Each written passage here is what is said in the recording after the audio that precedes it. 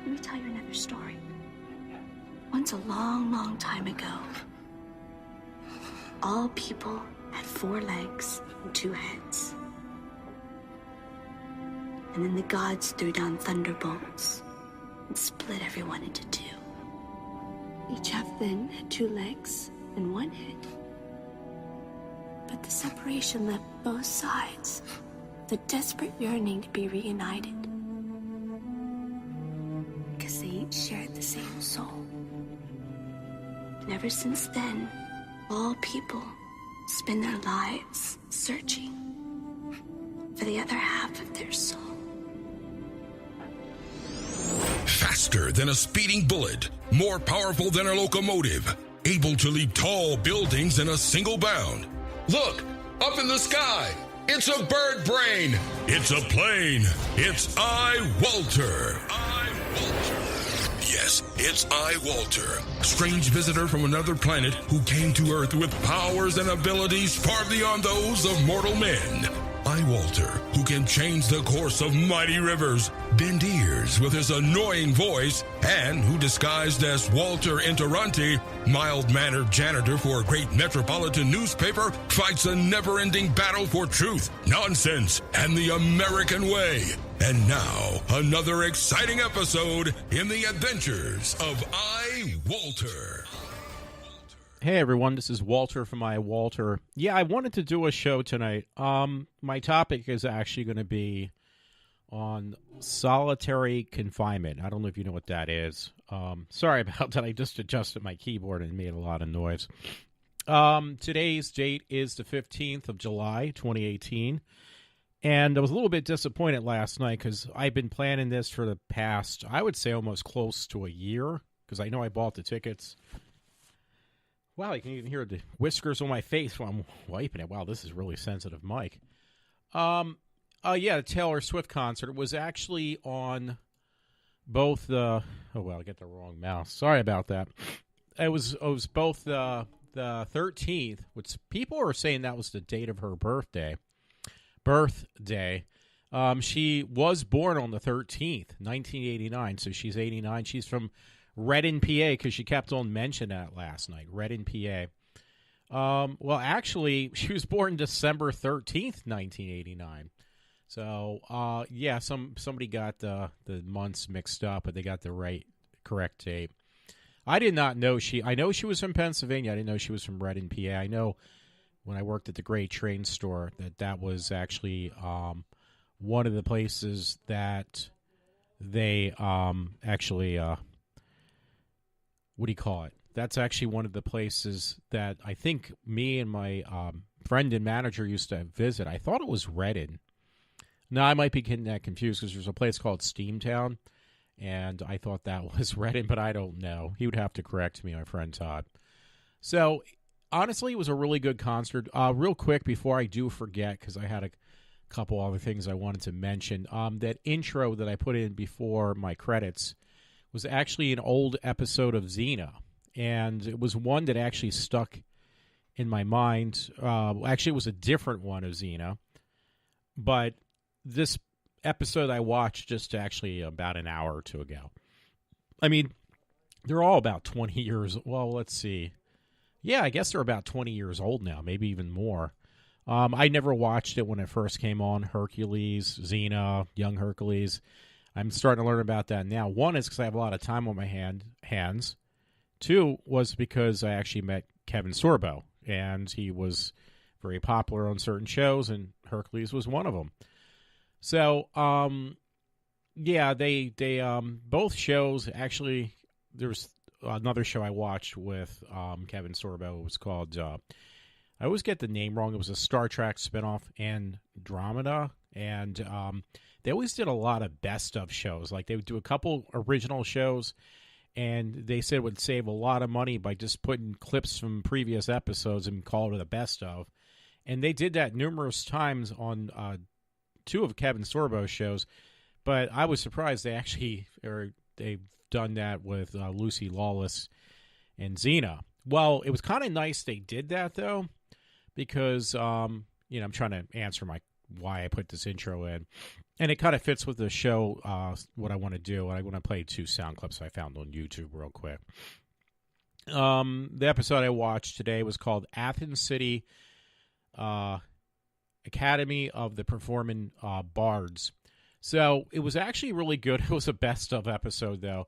Well, that segment that I played was on this episode, but it was actually on a prior episode. And unfortunately, it was the 13th episode and already doing a best of on Xena. So it was like, wow, I didn't know they would do that. But these shows, I guess they must have cost a lot of money. There was quite a bit of episodes, too, on, per season on all 3 of these shows. Yeah, because they were all done by, I'm trying to, Sam Raimi and Ted Raimi was in some of them. And then Lucy Lawless's husband, I don't think they were married at the beginning. He actually has been working with Sam Raimi from back when they did Evil Dead.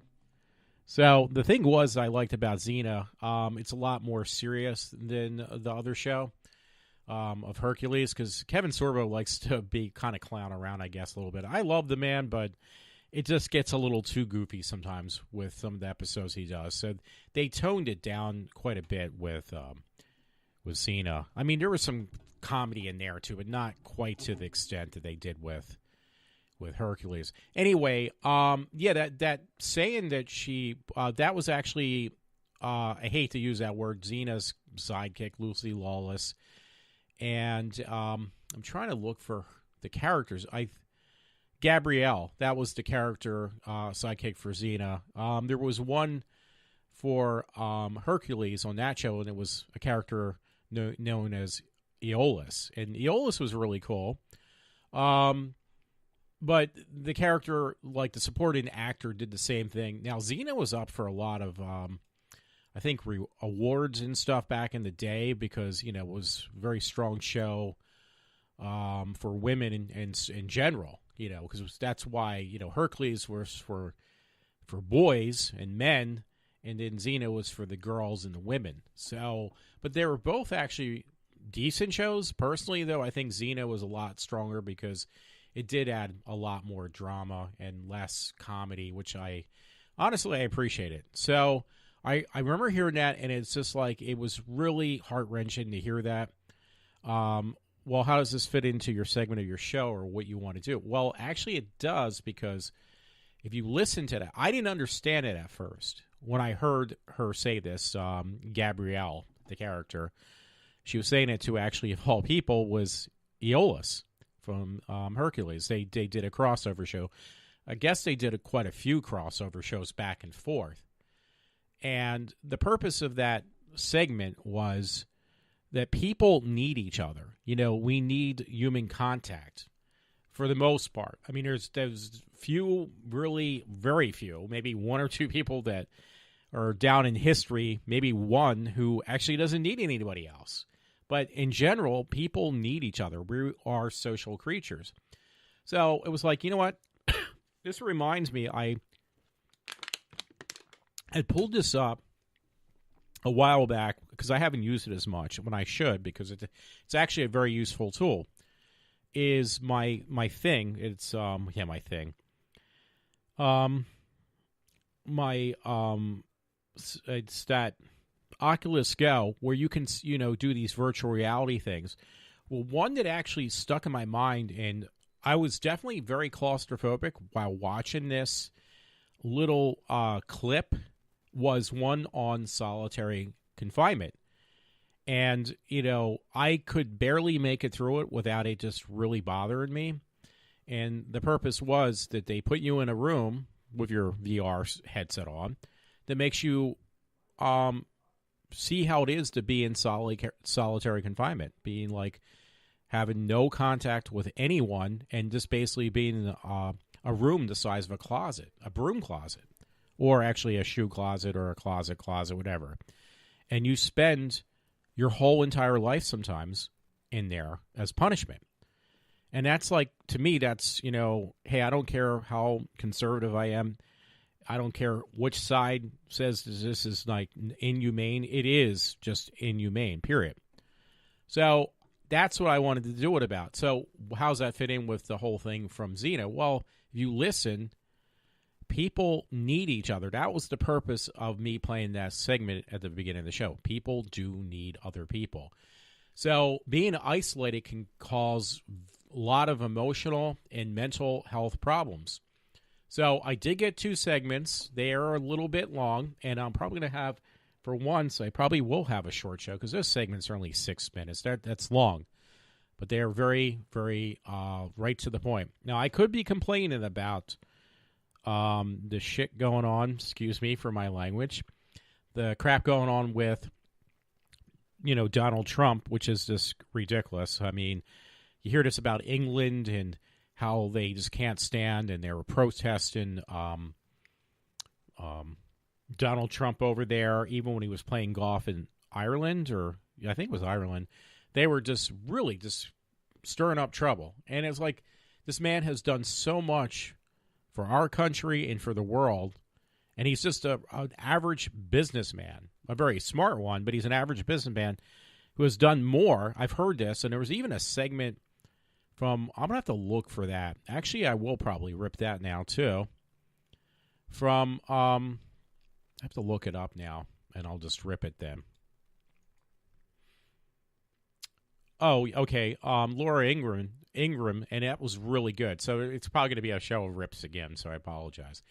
But what she says really gets to the point, but it's going to kind of go away from what I wanted to do my podcast about. But hey, there's plenty of room, and it's going to be a short show otherwise because I really didn't prep anything else. I just want to make, what I think is a very good point. So that's what I want to do. Yeah, what was I going to tell you, the folks? Oh, yeah, that episode, by the way, when I was going back to that episode of Xena, it had a kind of a little bit of surprise. There's actually a lot of good actors on these shows that you won't even know about. The one actor who played in this particular episode of Xena also, I believe, played in Young Hercules. He played the young character of Aeolus. Well, that actor actually played in the Hobbit movies, so that was pretty cool.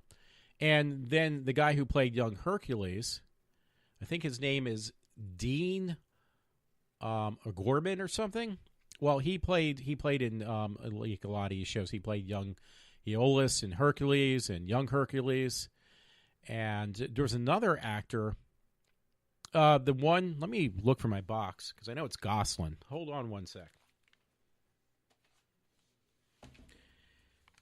Alrighty, Ryan Gosling, that was right behind me. I had just got this for like $20 because I wanted to watch this. He played in that new, he's played a lot of actually pretty damn good movies, but as a young guy, he played young Hercules. Now, who is Ryan Gosling? He's the guy who plays in the new Blade Runner movie. He's like the main actor. He's all grown up. There was something else that they tell you they try to push that he played in. He was pretty popular, and I guess. Trying to look on the box. All 50 episodes of, Young Hercules. Yeah, I thought he said it was something else he played in, too. For me, I mean, that's the newest thing. I just know he played in the new Blade Runner, which actually was a pretty decent movie. So, you get some actors that they got their start from, like, playing this TV drama that was actually not too bad. I remember back in the day, I would fight it tooth and nail to watch that damn show, or any of the three. But watching them now, they're actually really good. So I just wanted to say that. And, yeah, like I said, I had some clips. I'm just closing down things I don't need. Oh, anyway, that episode that I was mentioning about with Xena, you don't find out to the very end, but Gabrielle, the character Gabrielle, goes to this school, did I say in Athens, and she tries to get in to become a person who is a storyteller. And at first she gets turned down, but then she coaches one young man along in the episode. I know this is probably pretty boring to most people. I thought it was kind of like interesting because, you know what?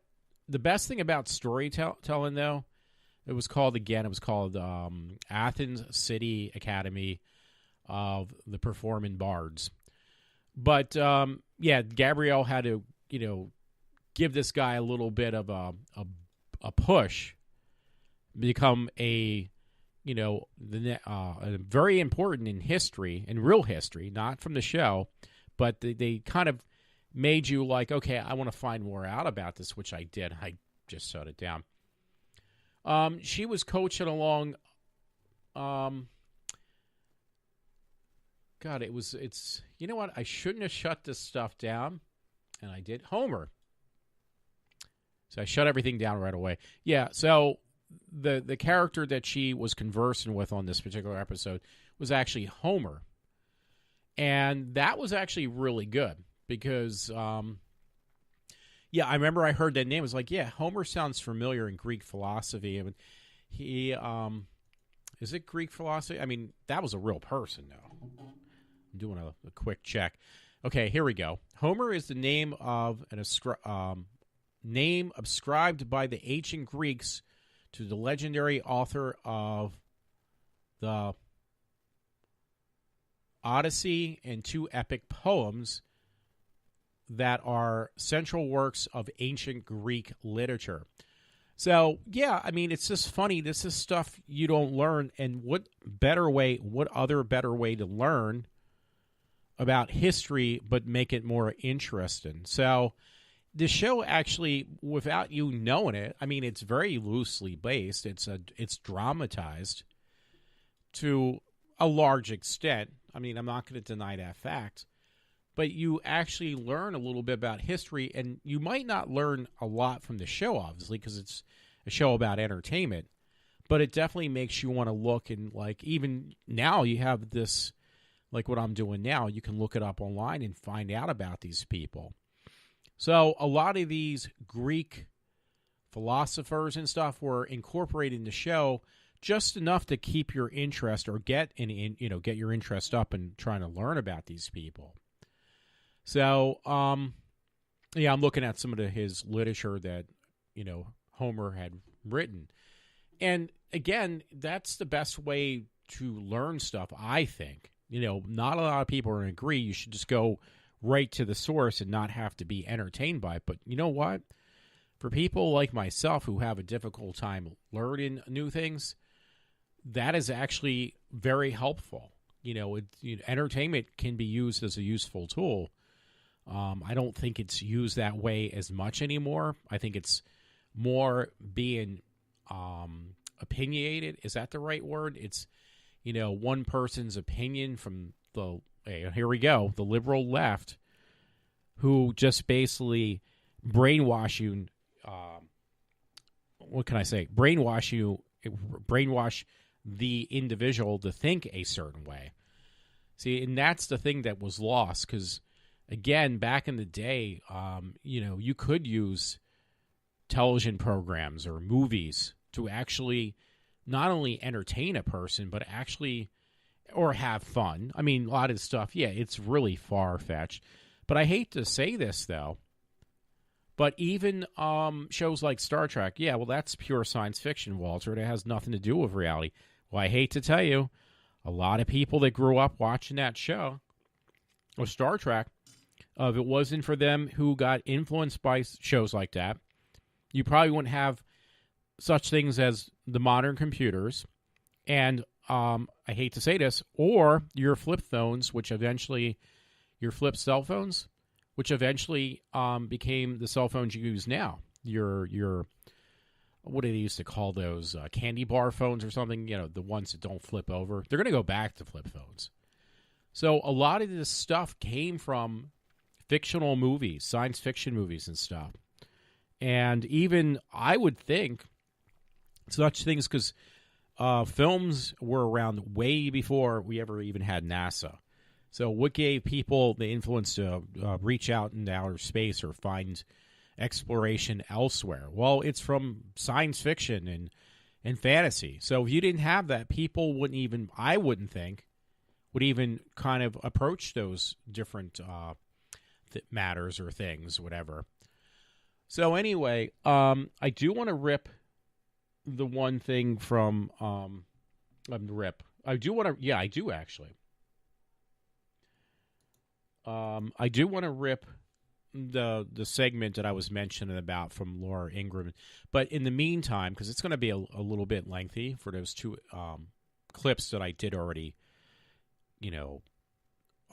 made. I want to play these two about solitary confinement. Now, I found them very interesting because, see, people just think and they take for granted that, you need social contact. That's part of human beings. And it plays many important, there's many important reasons for that. One is because if people did not socialize with each other, we would not get together, we would not procreate, and you would not exist. That's just a fact. And that's a reason why there is this bonding. And I really like that segment I put in the beginning of the episode, too, by the way. I can't say enough about that. It was a very good one that well written and well performed by the actress and people who made Xena. So I do want to say that. And yeah, it makes a very powerful statement, and that's really good. So I don't know if that came from anywhere, but I just like it. I really do, and I think it says. And these clips I have, they will speak for themselves as well, just to let you know. So, yeah, I think that one that I was mentioning about from Laura Ingraham, that might be kind of long, but I really don't mind. It was on Facebook, social media. Apparently, they say with the social media stuff, I think Ken Matthews mentioned this. Really you're not supposed to take segments from people unless they're only a couple seconds long, but social media's really changed that whole aspect. And my show doesn't get any ratings. That reminds me, I went on live, well-known radio talk show, and I won't say who it was. And it was like, well, I'll give myself a plug because I was on live radio. I mean, something that's broadcast nationwide. And you know what? I got 0 hits. I got nobody who was interested in what I had to say.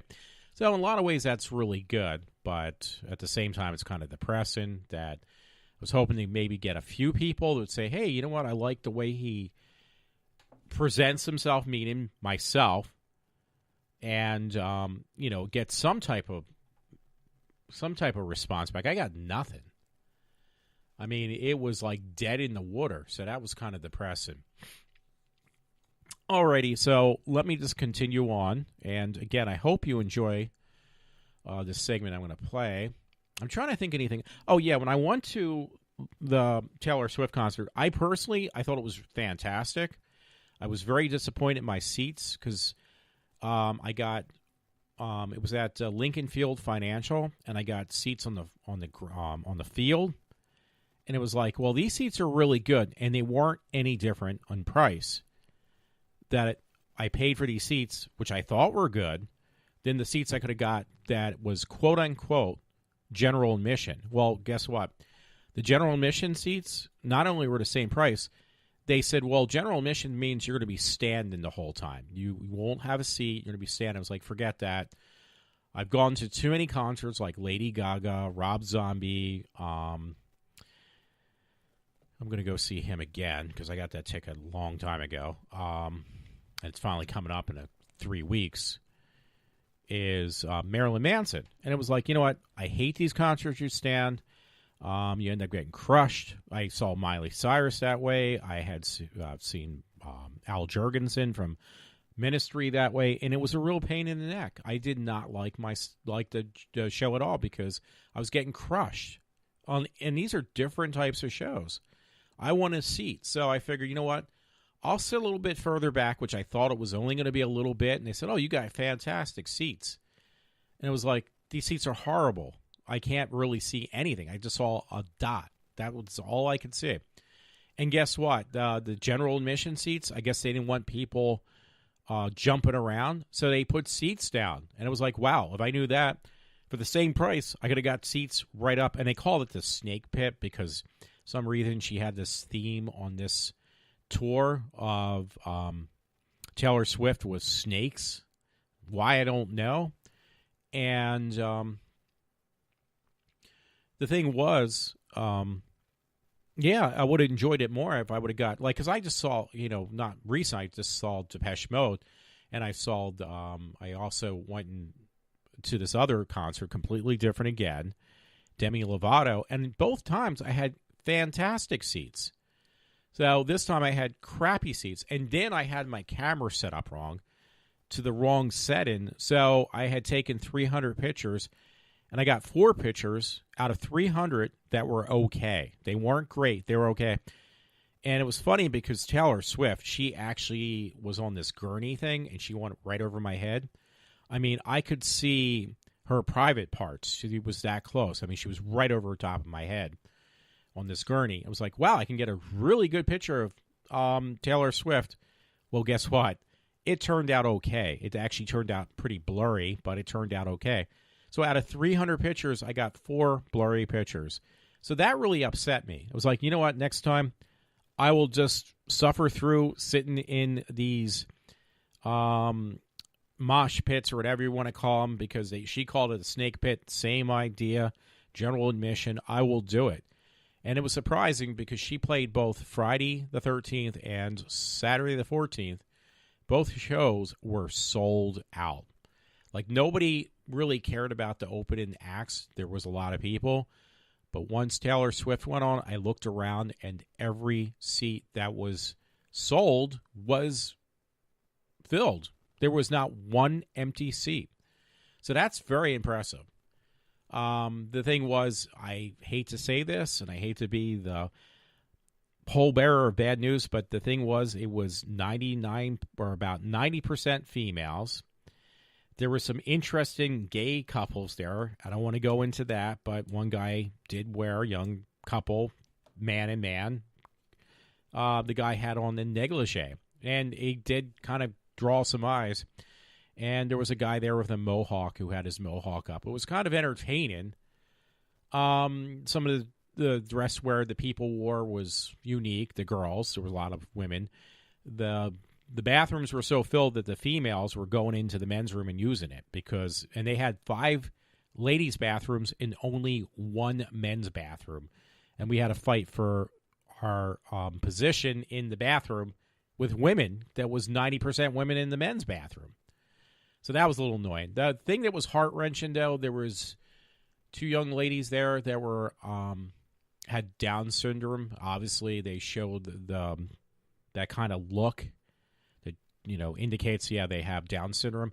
One was a very cute young lady. She had blonde hair, and she seemed very energetic, and she definitely had Down syndrome. There was a girl there, very cute again, who was she was with her friends, but her friends and herself all dressed in the same kind of costume. I guess it was something related to Taylor Swift's videos or something like that.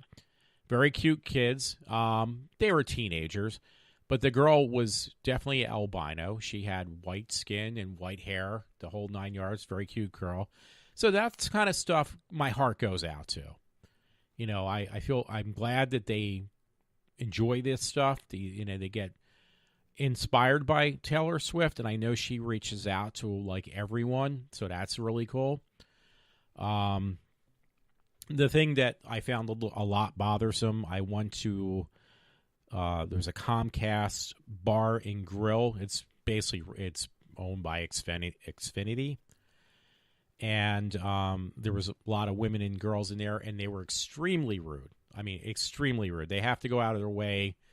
I've dealt with this kind of behavior when I was at Cabrini College, and was like, wow, I'm dealing with this on a larger scale, because Cabrini never had as many people as that were at that football stadium.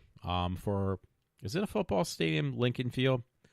But at that arena for Taylor Swift. So you definitely got a mixture of different people, but I just really don't like dealing with ignorant people. And, the thing that gets me mad about that personally is these are the same people who, the reason they respect Taylor Swift is because she kind of is blind to ignorance and everything else. But yet the people, a lot of them, which are females who follow her, don't practice what they see or preach. Like, oh, yeah, we support taking care of animals and treating people the same, and everybody should be treated the same. Well, wow, that just dropped like a lead ball once you entered the Taylor Swift concert. You forgot all about your, oh, I'm so humane and I care about other people. Well, that just disappeared. So that part does bother me, you know. I mean, years ago. I'm talking a long time ago. Because that's even changed too. It was Doctor Who, and there's something I better mention about that first too. I used to love going to Doctor Who conventions back when I was a kid. I'm talking like 30 some years ago. Because the people, like, you go there and you would talk to people you never even met in your life. Complete strangers, man, women, whatever. And gay people, because I had a gay cousin. He loved Doctor Who. And he would take me to the ones down in Philly.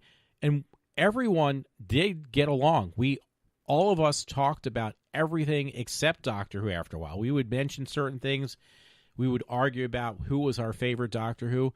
But we had a blast. And I remember one time when I was a teenager, some young girl, I was a member of different fan clubs, and one was a local one, local Doctor Who fan club. And this girl thought it'd be really cool. Hey, since you're a member of this fan club, I'm going to have a get-together at my house with other Doctor Who fans, and we're just going to talk about whatever. And we did. I had a blast. People I've never met before. And it was great. Now you don't get that. Now you do not see that. You go to these get-togethers for things that you have in common, and people are just, it's like water and oil. Like, they just want to separate. They don't want to be bothered with. They're very obnoxious, very odious. Is that the right word? Very hateful towards other people, unless it's their significant other of some sort. But it's not the same environment that I grew up with when I was a teenager. And that's why I just even hate leaving the house. So in some sort of way, I've always been like that since I was a kid, minus the Doctor Who stuff. That's why I go to that kind of environment to get myself out of my shell. But since I was a kid, I never had any real friends. And I'm 50 now. I'm 51. So for me, that's like 51 years of solitary confinement minus me going to attending school, college, work, which is out of my realm right now, and going into these events, these social events, because that's what they are. It's about spending money, yeah, but it also is about meeting other people who have the same interests you do, same common interests. Well, now they don't even want to be bothered with. So that's the thing that kind of really upsets me. Hey, by the way, real quick, since I did mention Doctor Who, it was very simple. It was a teaser on the new Doctor Who, and it was on in England. So there's this guy I have on Facebook. I can't remember who it is. He always posts all this Doctor Who stuff, and I'm glad he does. I'm going to see if I can find his name. Because he put up, I saw it advertised. They've been really, pushing this through. Hey, during some game in England, they will going to show a teaser for the new Doctor Who. What to expect. This coming fall. So it was a teaser, and they give you an idea who the new companions are going to be, and what the Doctor is going to look like in her costume, because it's a her now. And honestly, I was really surprised. I actually thought it was excellent. I'm an old timer, and it was funny, by the way, on another note. And I think it's funny. But, the political correctness thing I am very bothered by with Doctor Who, because that's exactly what they're trying to do. Now, I'm hoping that the actress won't take it that direction. Because she's a big-time feminist, and hey, that's fine. But just don't play it out that, hey, I'm a feminist, I'm a woman now, I'm going to do whatever I want to do. I don't think she will. I think she's going to stick by what they ask her to do, and I'll be very appreciative of that. I'll appreciate it. But I'm still trying to look for this guy's name that puts up this stuff. But yeah, there was an event, like I don't know what it was, sporting event or whatever in England, some big game today, and they said, during the game we're going to be showing a trailer for the new Doctor Who, and it was like, this is excellent. So I watched it actually a few times, and I was really impressed by it. Again, I just hope and I pray that this does not change. I hope this does not turn into, because the reason I'm mentioning that real quick, because I am kind of talking about a lot of different stuff now, was because, by the way, real quick, I saw this on here. Kevin Smith, who did Clerks and everything, because there's another Kevin Smith that's on the Hercules shows and everything. Kevin Smith is trying to push his new pilot for a TV show he's going to act in, some type of reality show or some type of comedy reality show. And I'm looking at it right now. That's why I mentioned it. That's why I changed subjects so quickly. And it says, be the first to watch Kevin Smith's pilot, Holly Weed, and decide if you want to see a full season. So he's giving out the trailer for free, or the the pilot for free. And he's trying to get people to, watch his new show. So, I mean, I got to give the man credit. I can't say anything negative about him. The man's very smart. He knows how to make money. And he got himself out of a really crappy area of Red Bank, New Jersey, because it wasn't a very pleasant place to be. So I can't mock somebody who actually made himself a very, very successful person. So I just wanted to mention that. Yeah, I'm trying to scroll through real quick. So I'm trying to see if I can find this guy. Oh, here we go. His handle name is Craig Monk. The guy actually, he does a couple different science fiction shows.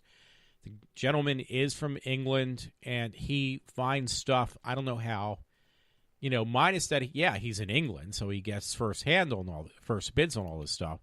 Well, it gets better than that. He finds stuff that no one else that I know of can find, like inside leaks and things.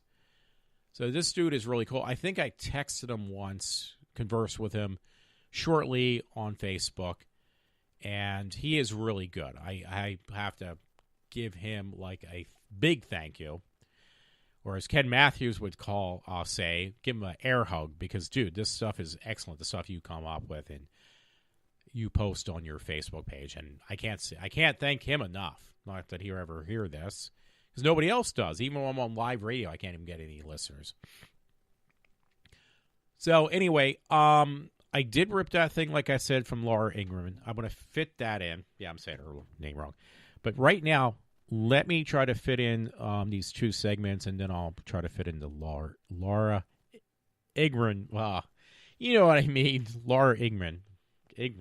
Yeah, I'm going to keep on screwing it up. So here we go with the solitary confinement ones. Actually, let me see, because those actually have names. And I'll probably play them in either or order. And let's see. There's one. It's titled "This Man Spent 43 Years in Solitary Confinement," and the other one is "What Solitary Confinement Actually Is." So I may actually play the one that pertains to what it is, and then I'll play the other one. They're both really good, by the way, I think. So here we go. I'm going to play these. We'll play the one on the solitary confinement first. So let me know what you think. In 1990, the UN called for the abolition of solitary confinement. And more recently, in 2011, a UN expert said that the practice could amount to torture. So what is going on in the minds of those in solitary?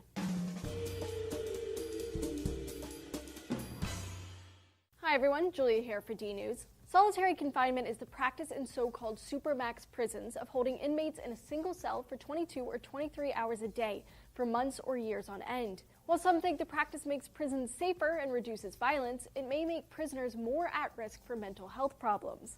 Some estimates say the number of inmates held in what is called SHU, special housing units, might be as high as 80,000 across the U.S. While it used to be used as a short-term punishment to crack down on violence, prisons now routinely use the practice. While stays used to be only a few days, some prisoners have been in solitary for years. The typical SHU cell isn't much bigger than your closet, like 6 by 10 feet, with only a small bed, a sink, a toilet, and social contact is kept to a bare minimum. They receive their food through a slot in the door and very rarely have video conferences with family. There's nothing to do but stare at the fluorescent lights on the ceiling that never turn off.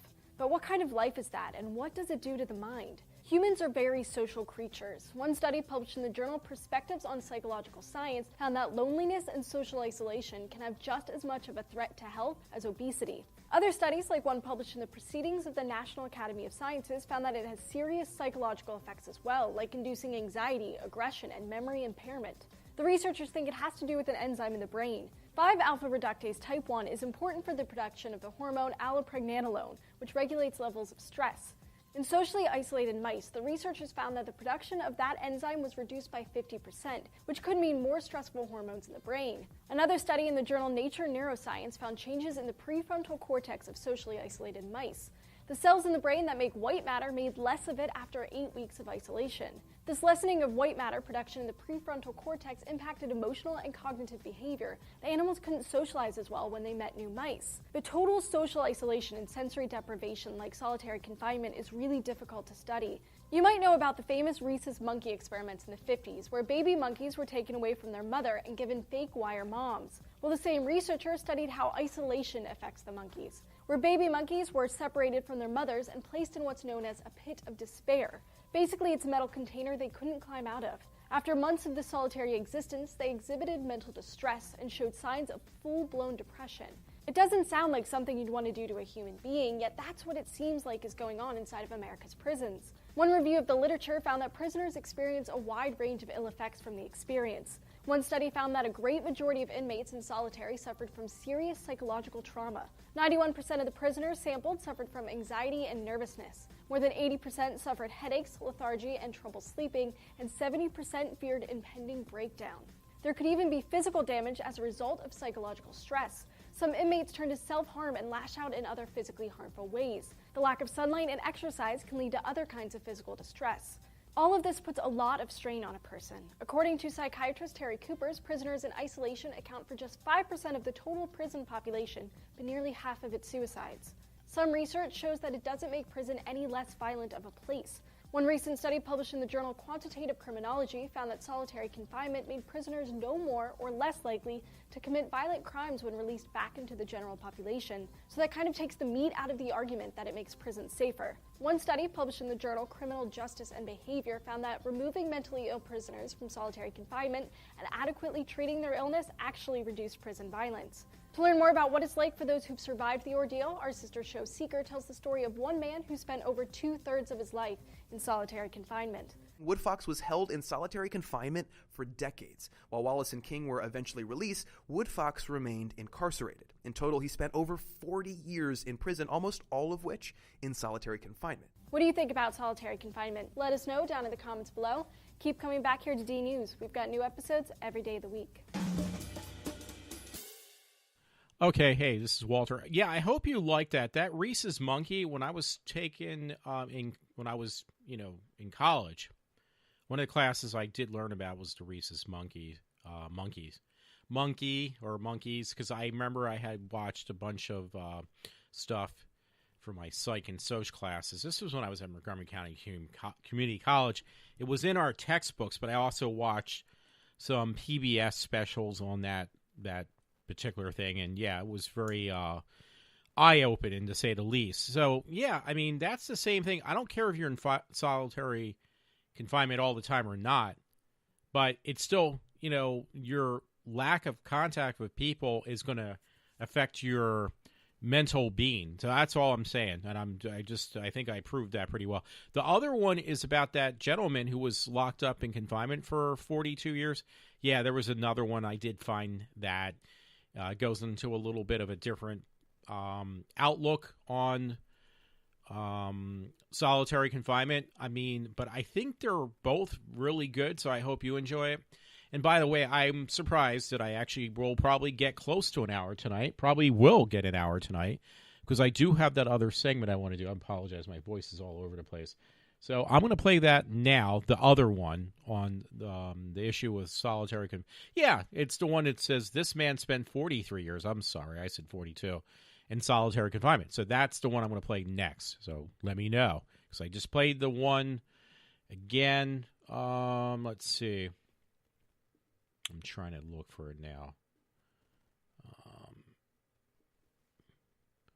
Okay, what is solitary confinement? That's all it said, so good enough. Anyway, let me pause this and get this show on the road for the next one.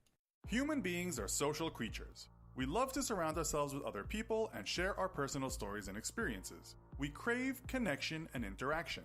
Today, we only have to turn on our laptops or smartphones to instantly spark up a conversation. So being on your own for long periods of time, isolated from family, friends, and loved ones, can sound a little scary. But what can isolation really do to a person? What effect does disconnecting from the world and society have? And if the time alone is indefinite, how long would it take to drive a person insane? Today we'll attempt to answer these questions by exploring stories of people who have spent hours, months, and even years on their own. In this episode of the Infographic Show, effects of isolation and how long would it take to go crazy? Let's begin by looking at the case of Michel Siffre, a French underground explorer, adventurer, and scientist. On Valentine's Day in 1972, Siffre kissed his wife goodbye and descended 100 feet into the Midnight Cave in Texas. He did not emerge for 6 months. He didn't go crazy, but things did get pretty strange. Siffre lived in a nylon tent surrounded by scientific equipment. He took a few creature comforts, including a freezer, furniture, books, and a music player. NASA supplied all of his food so they could monitor the experiment as part of their research for long-haul space missions. So how did Siffre fare? Well, the lack of sensory and social stimulation led to a gradual deterioration in his mental well-being, and at one point, he even thought about suicide. By day 77, his memory was so bad that he forgot things unless he wrote them down immediately. Siffre survived the ordeal. He did not lose his mind, but even 3 years after leaving the cave, he continued to have issues with his memory and eyesight. Years later in 2008, the BBC conducted a similar experiment with a shorter time frame and more extreme conditions. They wanted to try and answer a simple question. Can any human endure total sensory deprivation without losing their sanity? A group of 6 volunteers were put into a total isolation chamber, hidden in a former nuclear bunker. No light, no sound, no sensory interaction for 48 hours. One of the volunteers was comedian Adam Bloom. Bloom explained his experience as the hours went by. He started out by talking, singing, and making jokes out loud until he was bored. Next, he stared off into space for some time, and his mind filled with thoughts of his life outside. This led him to worry about his fiancée and family. He fell asleep after a few hours, but when he woke up, he had totally lost track of time. In pitch black and with nothing to reference for the time of day, he found it impossible to regain his body clock. After 18 hours, things took a turn for the worse, and comedian Bloom started experiencing paranoia. He was singing and then crying, his emotions running out of control. At the halfway mark, 24 hours, Bloom's brain power was really flagging. He felt it was impossible to stimulate his mind. At 30 hours, he started pacing his room endlessly to keep himself occupied. Finally, after 40 hours, with only 8 hours to go, Bloom began to hallucinate, seeing a pile of 500 oyster shells. He described seeing the pearly sheen on the shells as clear as day, and he felt like the room was taking off from beneath him. He realized that the lack of stimulation was driving him close to insanity. Bloom survived the final 8 hours and lived to tell the tale. But we can see from this experiment that taking away all of a person's sensory input and locking them away on their own for even a short period of time can begin to drive them crazy. When you think of isolation, something that also springs to mind is life inside a prison. So we decided to look at some of the cases that involve prisoners being kept in solitary confinement. Kenny Zulu Whitmore spent 36 consecutive years in solitary confinement in Louisiana State Penitentiary at Angola.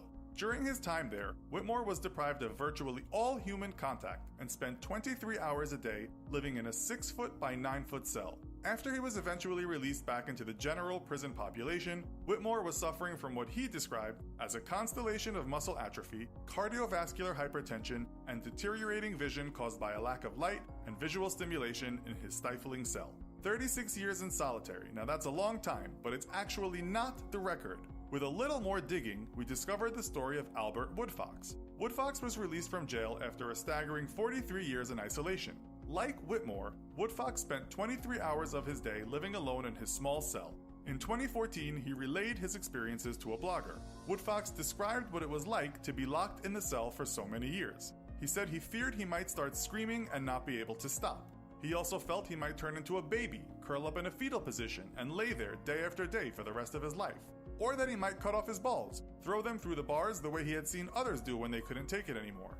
Albert Woodfox's comments certainly sound like those of a man who was flirting with insanity. But he survived. His attorney said Woodfox made it through the ordeal because of his extraordinary strength and character.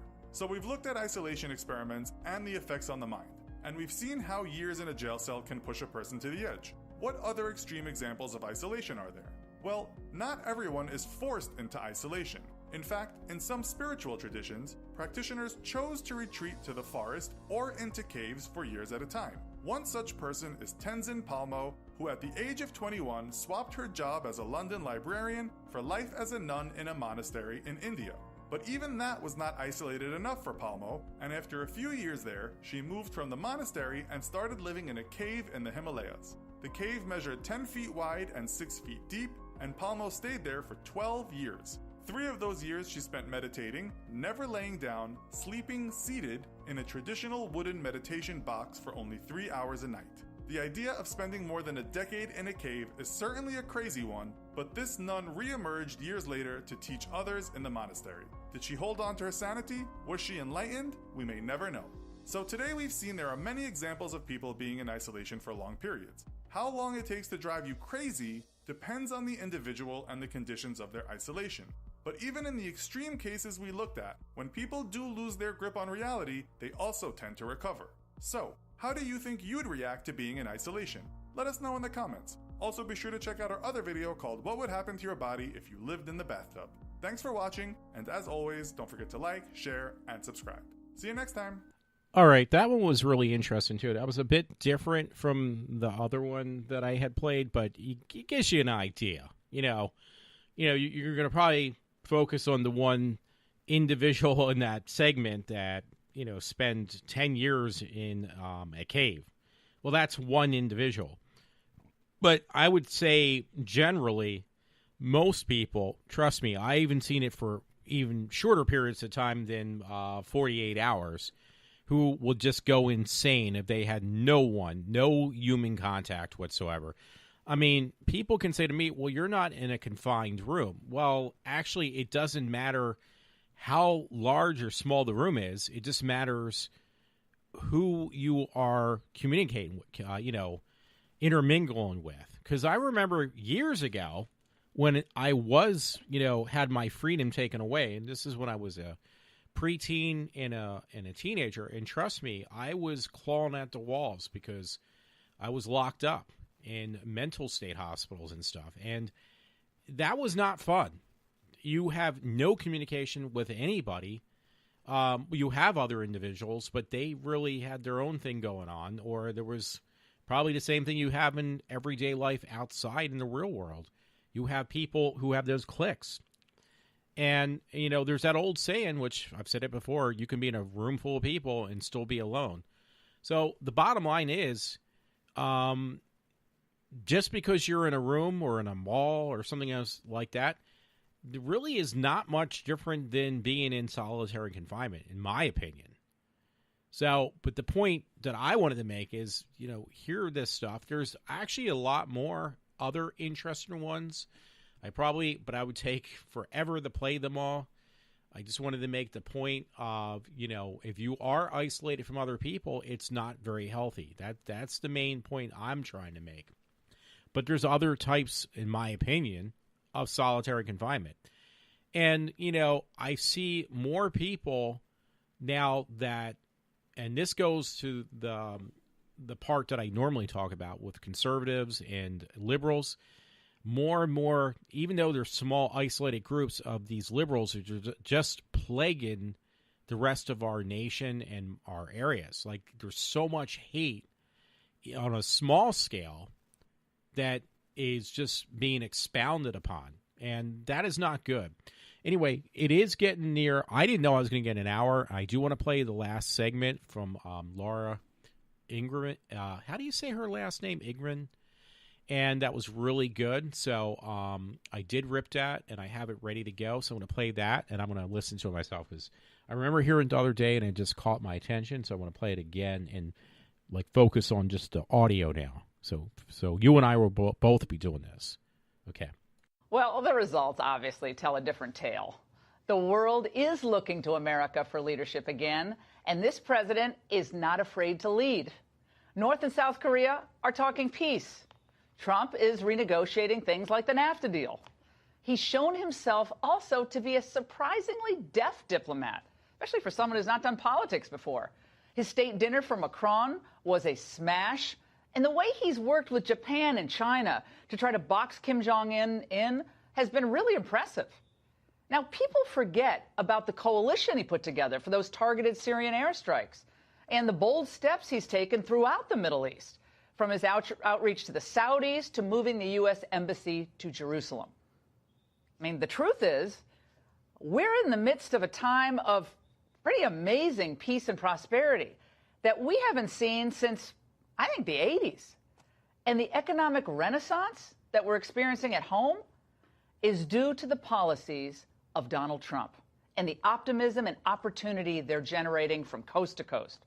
His tax and regulatory cuts have unleashed new investments and now bonuses for blue-collar workers, and the likes of which we have not seen in decades. Unemployment at a 17-year low. U.S. manufacturing is up again this month, marking the strongest expansion since 2004. And the Commerce Department now reporting that U.S. factory orders rose in March. They've been up for 7 of the last 8 months. And according to a recent CNN poll, 57% of Americans feel that good things are happening, things are going well in the United States today. Now, President Trump didn't get us here, of course, by just rubber stamping the policies of his predecessors, thank the good Lord. Instead, what he does is he continually tests the theories, the conventional wisdom of the so-called experts, and he actually demands to hear alternatives to the same old policies of the past. And then, after he's heard everybody, he makes his own decision. Now, John Bolton's answer to me last night about Trump's decision-making process to pull out of that Iran deal was illustrative. For people who don't understand how the president considers these things, he doesn't make spur-of-the-moment decisions. He has listened to everybody who wanted to talk to him, up to and including over the weekend with Prime Minister May of Great Britain. He gave every one of them a chance to try and fix the deal, and unfortunately, they didn't come close because the deal itself is inherently flawed. It's to his credit when the president surprises his enemies and keeps his allies and pretty much everybody else on their toes. Smart. Now, are you thinking about this today? This is one of the great times to be an American. Yeah, happy days are truly here again. I think you have to go back to the Reagan era to find such a period of optimism across the board. So I say it's time to reject the naysayers, the pessimists, and those bitter, sore losers who cannot stand the fact that Trump was right and they were and continue to be wrong. Now, why should we take it as gospel, by the way, that Republicans have to lose a significant number of seats at this November because the midterm curse of an incumbent president? If most of America is happy with the way things are going, why would they want to wreck it all by giving power back to the Democrats who want to just get into office and then reverse Trump's achievements? That would be crazy. Republicans should be fully embracing the Trump agenda and running on it, not running away from what's actually working. In fact, a new CNN poll that just dropped a few hours ago shows that the congressional generic ballot has tightened in Republicans' favor. It's moving in the Republicans' direction. Back in February, Democrats enjoyed a 16-point advantage. But guess what? Now it's just 3, a statistical tie. So in other words, Americans do have a firm grasp on reality, despite what the media and others are saying. So let's not allow the malcontents of the left, who peddle their stormy chaos narratives, to obscure the only story that really matters: the millions of American lives improving by the day, thanks to the vision, commitment, and policies of Donald Trump. And that's the angle. Okay, you know what? That was perfect because that actually takes me up to my hour mark, which I didn't think I was going to make. Yeah, Laura, I'm not going to try to screw up her last name. I apologize about doing that as much as I did mention in it. I had the fan running on the background, so I apologize about that the last time I had spoken before playing this last clip. So, yeah, she made a lot of very, very valid points. And I don't know what else I can say. I mean, I agree with everything she had mentioned. Now, I thought Laura was one of the ones, maybe I'm wrong about this, so I'm not going to say much, but I thought she was one person who did not like. I'm probably confusing her with some other conservative woman that I like who recently had started bad-mouthing Trump. So, yeah, this is the stuff you will not hear on the news. That's why I placed it into my show, and I thought it was really important for everybody else to hear. But, yeah, I hope you enjoyed that segment. I know I just listened to it again, and I heard everything she was saying. And what am I going to do? Just recite what she just said? So anyway, guys, have a good weekend, or actually the weekend's over, so have a good night. And whenever I'm back, I'll try to think of something else to make a show about. I don't know at this point. So thanks again if you listen to me. This is Walter from iWalter, signing off for now.